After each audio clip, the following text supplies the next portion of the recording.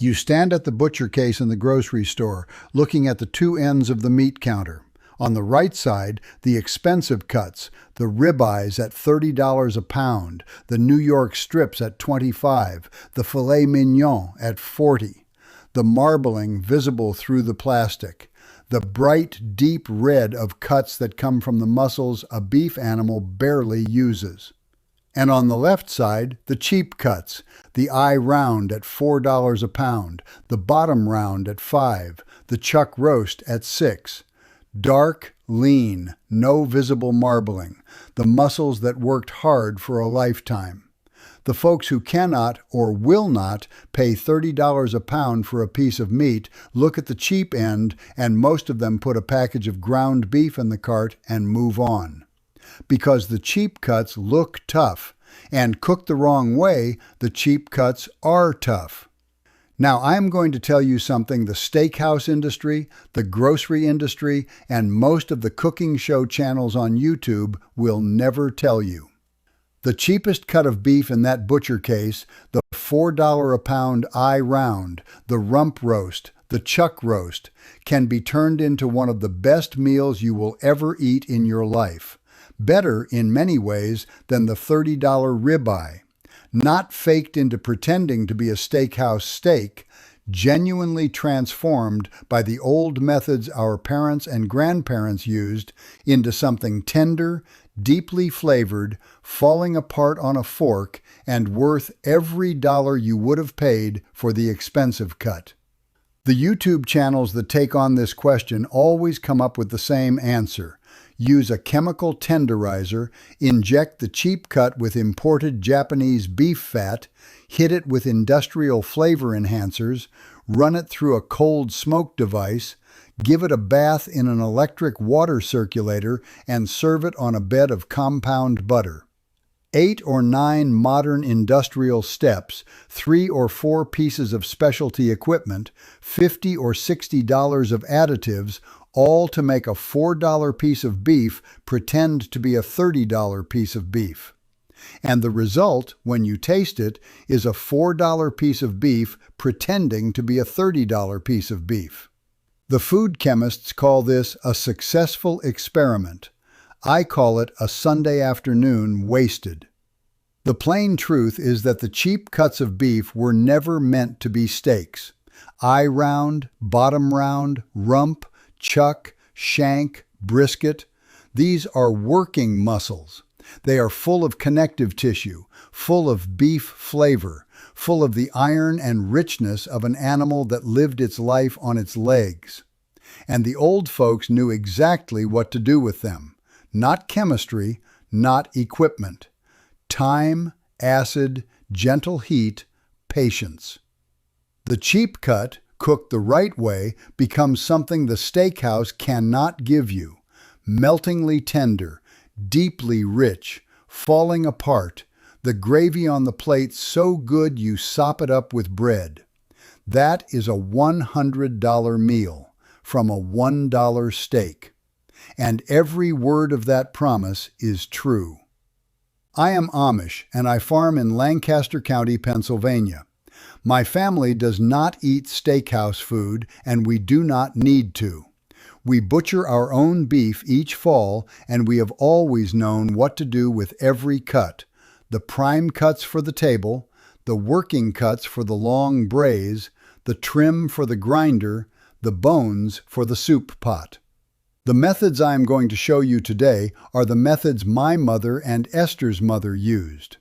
The methods every careful farm kitchen in this country and in Germany and Holland and France and most of Europe for the last 600 years has used to turn the cheapest cuts of beef into the most spectacular meals on the table.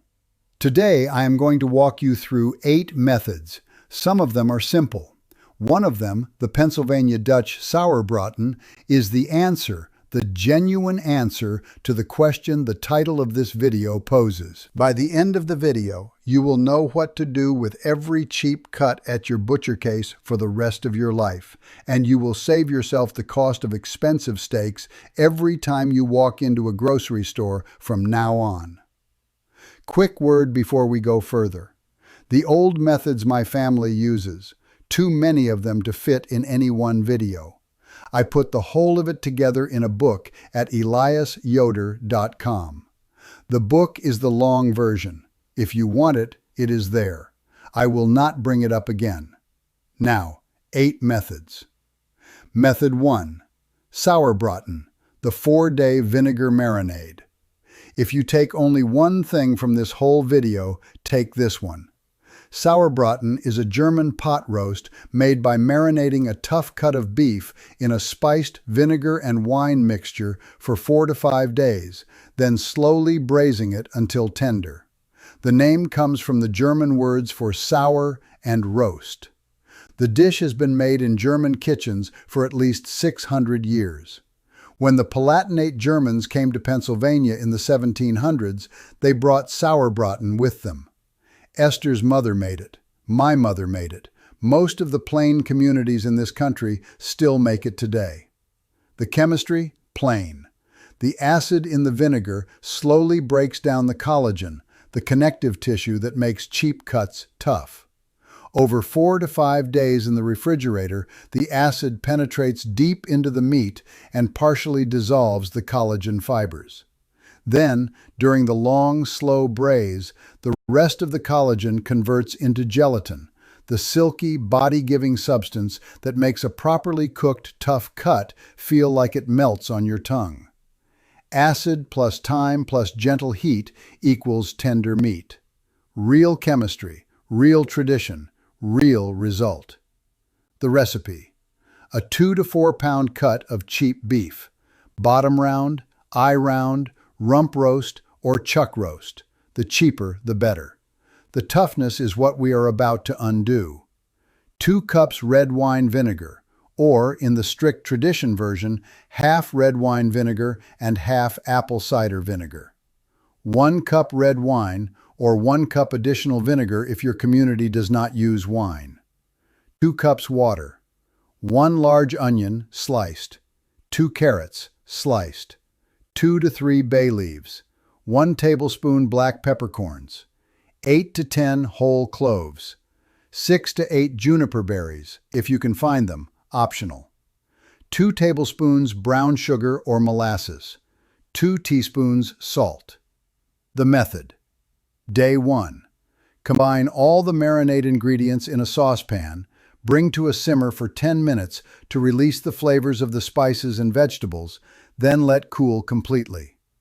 Place the beef in a large glass or stoneware crock, not a metal pan, since the acid will react with metal. Pour the cooled marinade over the meat, making sure the beef is fully submerged. Cover. Refrigerate for 4 to 5 days, turning the meat once a day so all sides get equal time in the marinade. Day 5. Remove the meat from the marinade. Pat it dry thoroughly. Wet meat will not brown properly. Save the marinade. You will use it for the braise. In a heavy Dutch oven, brown the meat in a few tablespoons of beef tallow, lard, or oil over medium-high heat. Sear until a deep brown crust forms on all sides. This is the foundation of the gravy's flavor. This step is important. Do not skip it. When the meat is well browned, strain about 2 cups of the reserved marinade into the Dutch oven, scraping up the browned bits from the bottom. Add an additional cup of beef broth or water. Bring to a bare simmer, not a rolling boil. The simmer rule is the rule that separates the proper Sauerbraten from the failed one. A rolling boil tightens muscle fibers and undoes everything the marinade has done. You want only a few bubbles breaking the surface, slow and steady. Cover and braise, either on the lowest heat on the stove or in a 300 degrees Fahrenheit oven, or, if your family cooks on a wood stove, as ours does, on the warm, not hot corner of the stove. Braise for 2 to 3 hours until the meat is fork tender and a knife slides into it with no resistance. To serve, remove the meat and let it rest while you make the gravy. Strain the cooking liquid into a saucepan. The traditional thickener is crushed ginger snap cookies.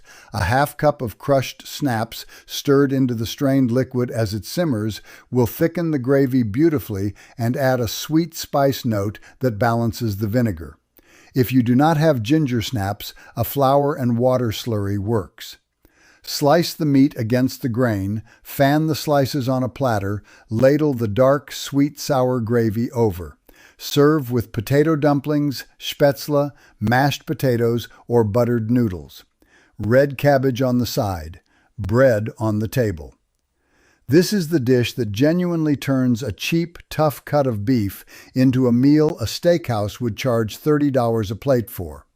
Esther made one last week from a $3 a pound eye round, and our neighbor who came for supper that night said it was the best beef he had eaten since his grandmother passed. That is the test. Method 2. The long, slow Dutch oven braise. If you do not want to wait 4 days for Sauerbraten, the simpler method works almost as well. Long, slow braising in a Dutch oven. This is what most farm cooks do for pot roast Sunday after Sunday across this country. The method.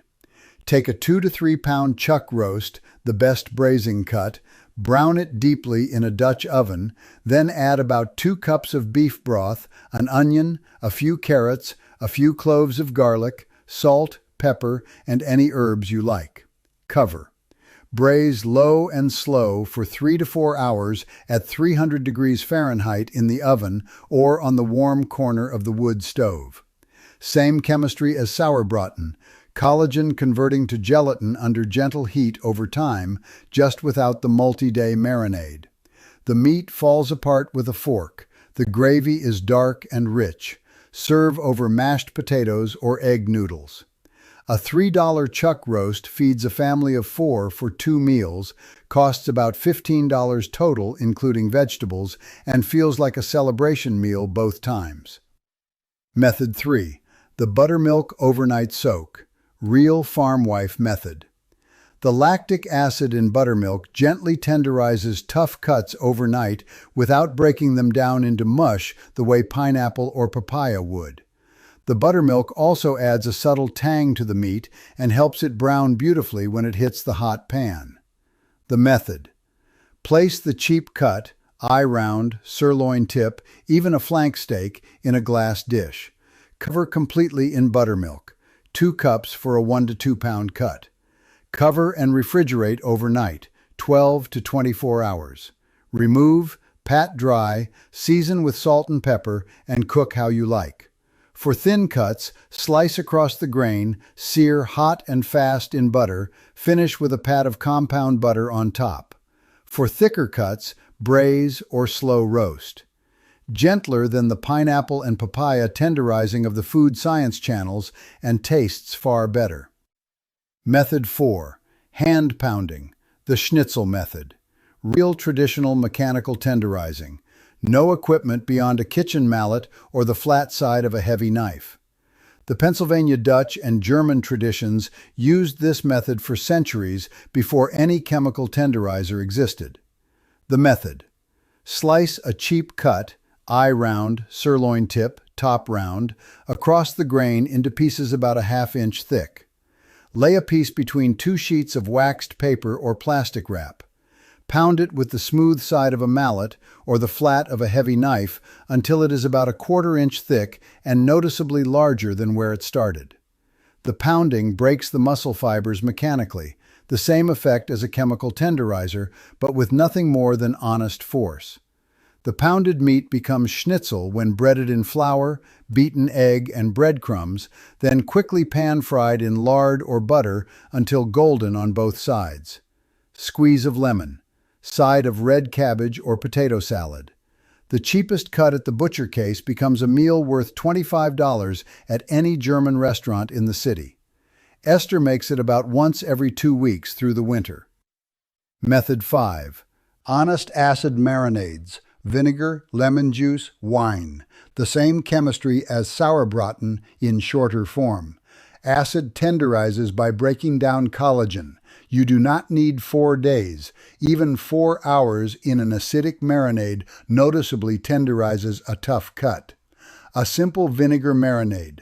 1/4 cup red wine vinegar or apple cider vinegar, 1/4 cup olive oil, 2 tablespoons honey, 2 cloves crushed garlic, 1 tablespoon mustard, salt and pepper. Marinate the cheap cut for 4 to 24 hours. Sear hot, slice thin against the grain. Serves like a London broil.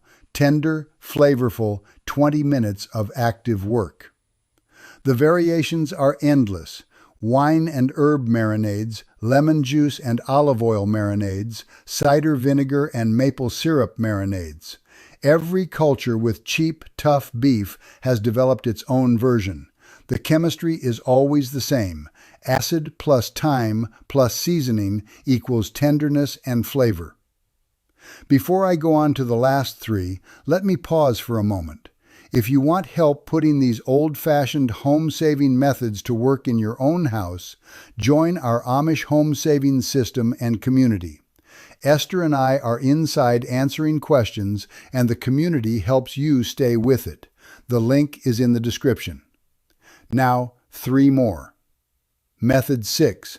The grinder. For cheap cuts, even patience cannot save. There are some cheap cuts that, frankly, no marinade and no braise will turn into a great steak. The shoulder muscle of an old beef animal, trim from the harder working parts. Tough, lean cuts with no marbling that resist every method. For these, the honest traditional answer is the grinder. A cheap, tough cut, ground into hamburger, becomes some of the best ground beef you will ever cook with. The intense flavor that comes from working muscles, the same flavor that made the cut tough in steak form, becomes the deep, beefy richness that makes the best meatloaf, the best burgers, the best chili meat, the best bolognese sauce, the best beef and noodles. Esther grinds tough cuts every fall after butchering.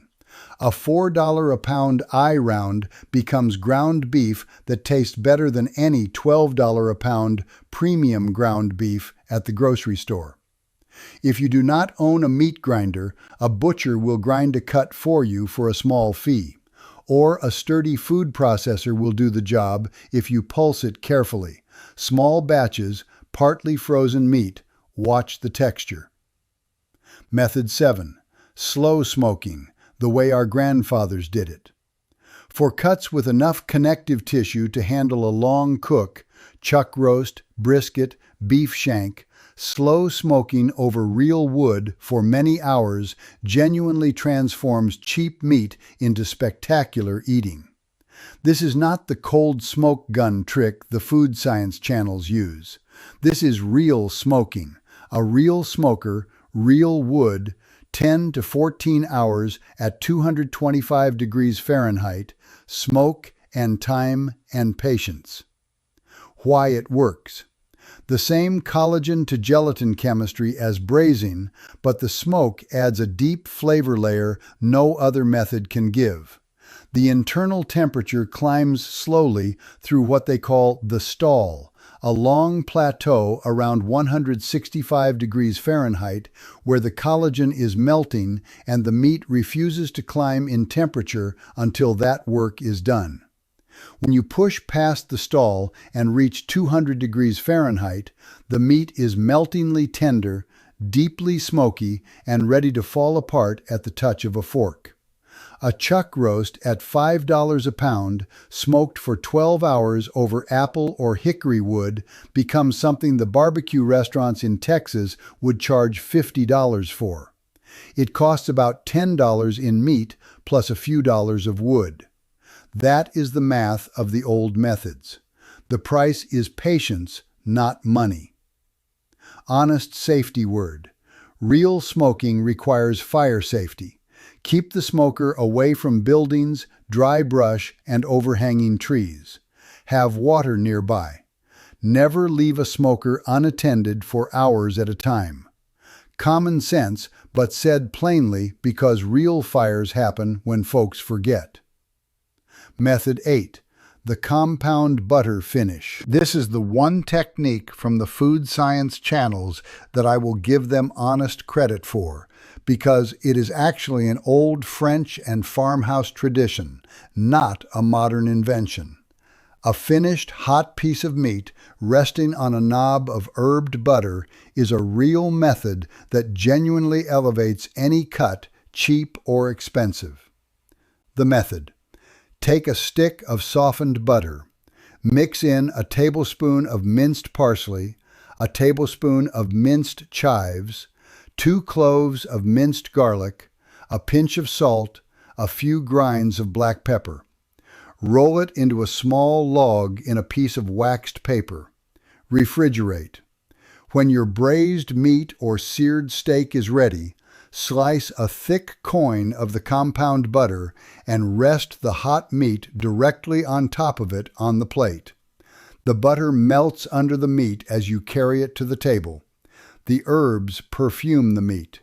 The richness fills out anywhere the cheap cut was lacking. This is what restaurants call finishing butter, and it is one of the best small tricks in the kitchen.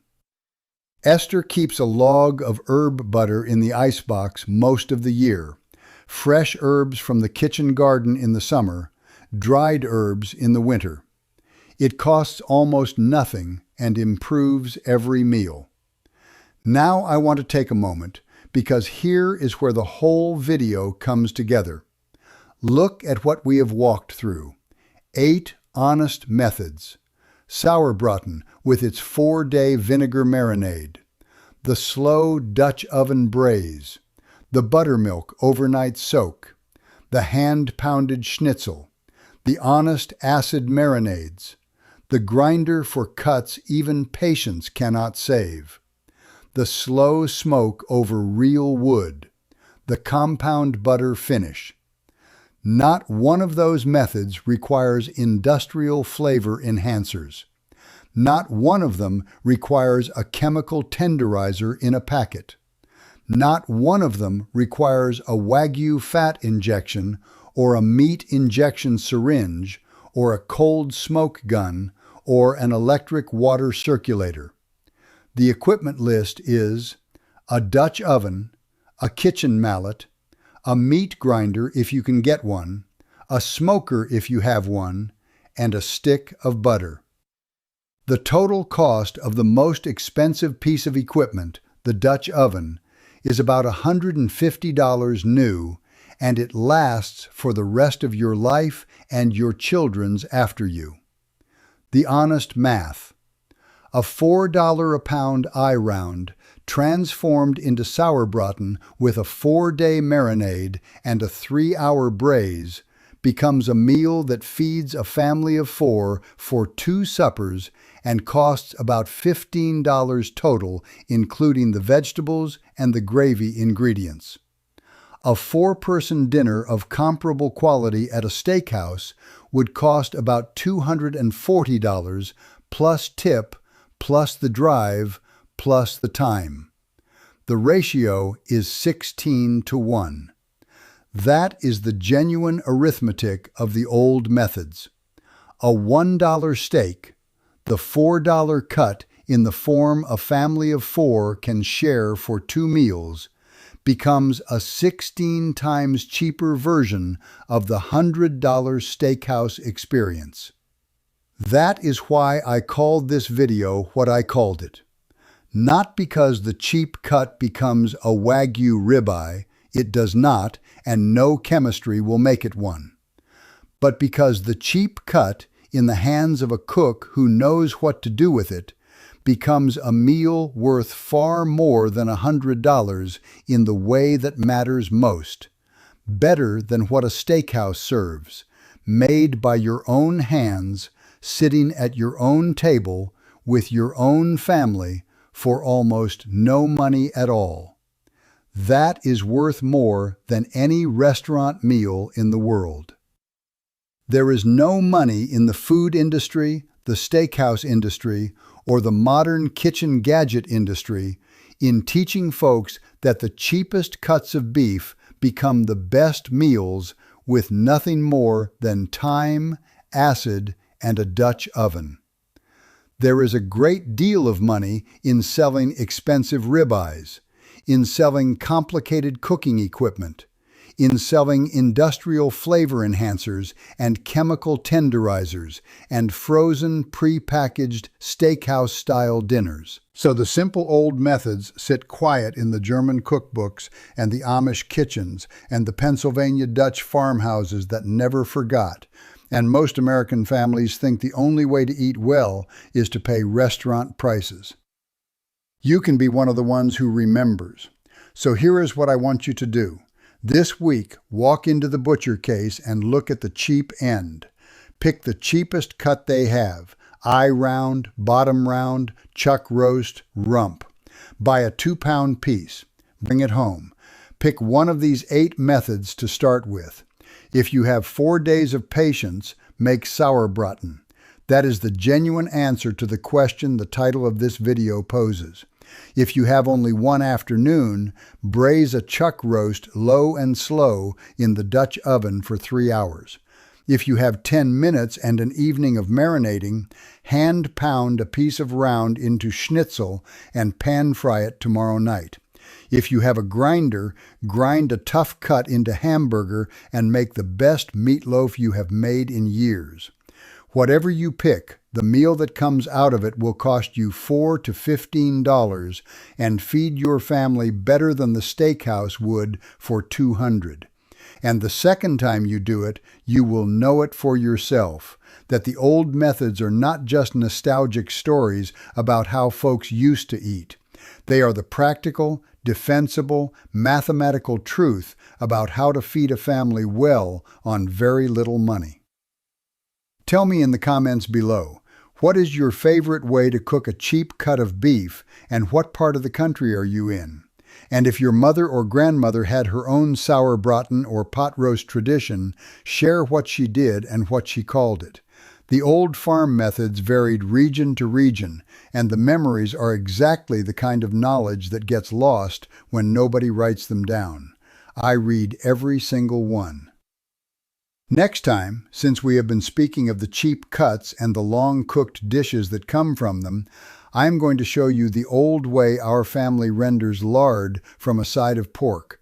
The slow heat, the cracklings, the clear white jars on the pantry shelf that become the cooking fat for everything Esther bakes through the winter. It is the natural next step after today. Until then, buy the cheap cut, marinate it long, braise it slow, and remember that the best meal in the world is the one you cooked with your own hands from the cheapest ingredients you could find. That is how the old folks did it. That is how it is still done in any farmhouse kitchen that remembers.